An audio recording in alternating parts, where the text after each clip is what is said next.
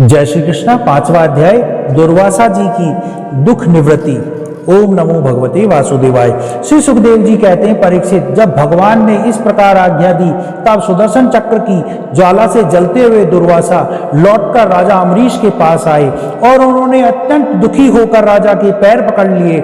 दुर्वासा जी की ये चेष्टा देखकर उनके चरण पकड़ने से लज्जित होकर राजा अम्बरीश भगवान के चक्र की स्तुति करने लगे। उस समय उनका हृदय देव दयावश अत्यंत पीड़ित हो रहा था। अम्बरीश ने कहा, प्रभो सुदर्शन, आप अग्नि स्वरूप हैं, आप ही परम समर्थ सूर्य हैं, समस्त नक्षत्र मंडल के अधिपति चंद्रमा भी आपके स्वरूप हैं। जल, पृथ्वी, आकाश, वायु, पंच तन्मात्रा और संपूर्ण इंद्रियों के रूप में भी आप ही हैं। भगवान के प्यारे हजारों दांत वाले चक्रदेव, मैं आपको नमस्कार करता हूँ। आप अस्त्र शस्त्रों को नष्ट कर देने वाले और पृथ्वी के रक्षक हैं। आप इन ब्राह्मण की रक्षा कीजिए। आप ही धर्म हैं, मधुर और सत्यवाणी हैं। आप ही समस्त यज्ञों के अधिपति और स्वयं यज्ञ भी हैं। आप समस्त लोकों के रक्षक एवं सर्वलोक का स्वरूप भी हैं। आप परम पुरुष परमात्मा के श्रेष्ठ तेज हैं। सुनाभ, आप समस्त धर्मों के मर्यादा रक्षक हैं। अधर्म का आचरण करने वाले असुरों को भस्म करने के लिए आप साक्षात अग्नि हैं। आप ही तीनों लोकों के रक्षक और विशुद्ध तेजों में हैं। आपकी गति मन के वेग के समान है और आपके कर्म अद्भुत है। मैं आपको नमस्कार करता हूँ, आपकी स्तुति करता हूँ। वेदवाणी के अधीश्वर, आपके धर्ममय तेज का से अंधकार का नाश हो जाता है और सूर्य आदि महापुरुषों के प्रकाश की रक्षा होती है।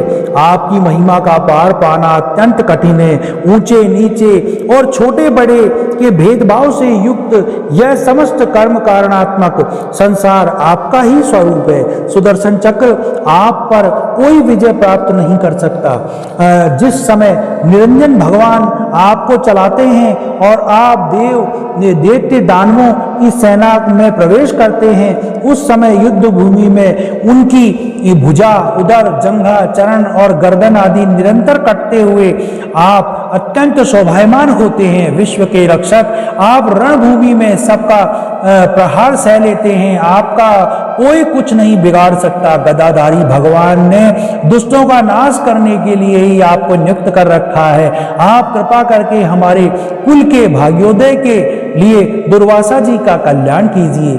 हमारे ऊपर यह आपका महान अनुग्रह होगा यदि मैंने कुछ भी दान किया हो, यज्ञ किया हो अथवा धर्म का पालन किया हो।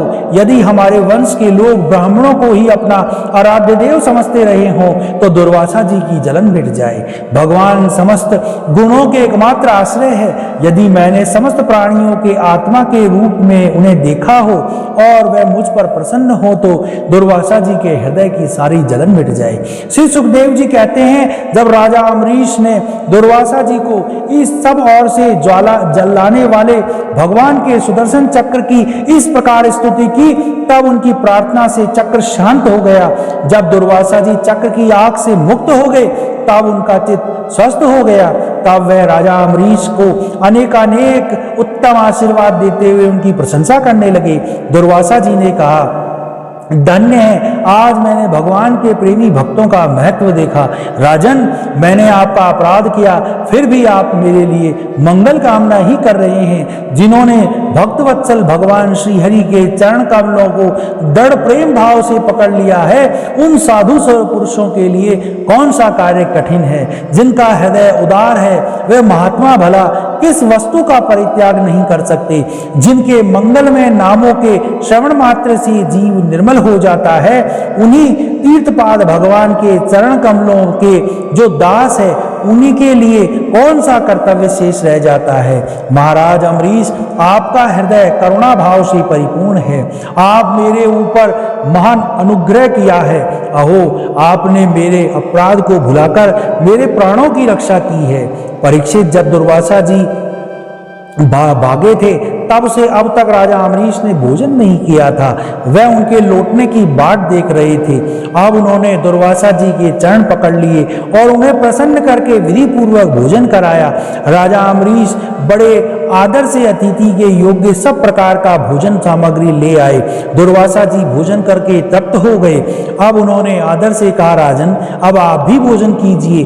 अम्बरीश, आप भगवान के परम प्रेमी भक्त हैं। आपके दर्शन, स्पर्श, बातचीत और मन को भगवान की और प्रवत करने वाली आतिथ्य से मैं अत्यंत प्रसन्न और अनुग्रहित हुआ हूँ। स्वर्ग की देवांगनाएं बार बार आपके इस उज्जवल चरित्र का गान करेंगी। यह पृथ्वी भी आपकी परम पुण्यमय कीर्ति का संकीर्तन करती रहेगी। श्री सुखदेव जी कहते हैं, दुर्वासा जी ने बहुत ही संतुष्ट होकर राजा अम्बरीश के गुणों की प्रशंसा की और उसके बाद उनसे अनुमति लेकर आकाश मार्ग से वह ब्रह्मलोक की यात्रा की, जो केवल निष्काम कर्म से ही प्राप्त होती है। परीक्षित, जब सुदर्शन चक्र से भयभीत होकर दुर्वासा जी भगे थे, तब से लौटकर उनके लौटने तक 1 वर्ष का समय बीत गया था। इतने दिनों तक राजा अम्बरीश उनके दर्शन की आकांक्षा से केवल जल पीकर ही रहे। जब दुर्वासा जी चले गए, तब उनके भोजन से बचे हुए अत्यंत पवित्र अन्न को उन्होंने ग्रहण किया।